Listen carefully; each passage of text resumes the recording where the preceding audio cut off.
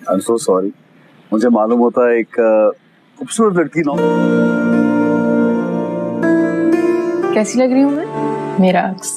मुझे तुम्हारे मशवरों की कोई जरूरत नहीं, मेरी शादी तय हो चुकी है। शानज़े और हमदान के रिश्ते में उस वक्त दरार आने वाली है जब शानज़े को हमदान कोई भी अहमियत देने को तैयार नहीं होगा। शानज़े को लगेगा कि बस हमदान की सारी तवज्जो उस पर होनी चाहिए, मगर हमदान जिस तरह उसे नज़रअंदाज करेगा उसके बाद उसका गुस्से में आना तो बनता ही है।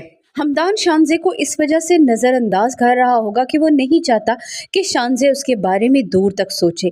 भले ही वो उसके वालिदैन के कहने पर उससे मंगनी पर तैयार हो चुका है, लेकिन वो अभी भी यही समझता है कि ये जो कुछ भी हो रहा है वो बहुत गलत हो रहा है। उसकी ऐना से शादी हो चुकी है तो अपने इस रिश्ते को आगे बढ़ाना चाहता है और ऐना के साथ अपनी ज़िंदगी गुजारना चाहता है।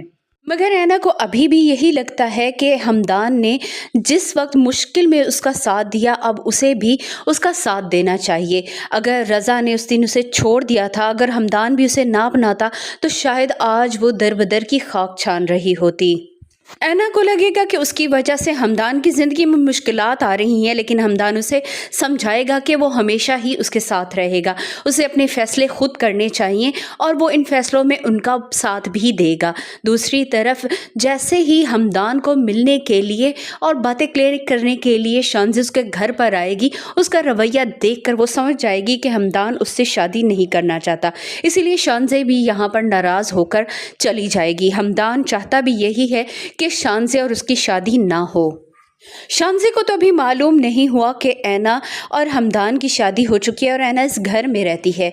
ऐसा इत्तफ़ाक़न ही होता है कि जब भी शानज़े आती है तो ऐना मौजूद नहीं होती, और एक बार मौजूद भी थी तो उसने ख़ुद को छुपा ली। लेकिन ऐना की बदकिस्मती कहिए या कुछ और, यहाँ पर रज़ा उसे देख लेगा, लेकिन वो घर से बाहर ही उसे देखेगा। उसे अभी मालूम नहीं होगा कि ऐना और हमदान का क्या ताल्लुक़ है।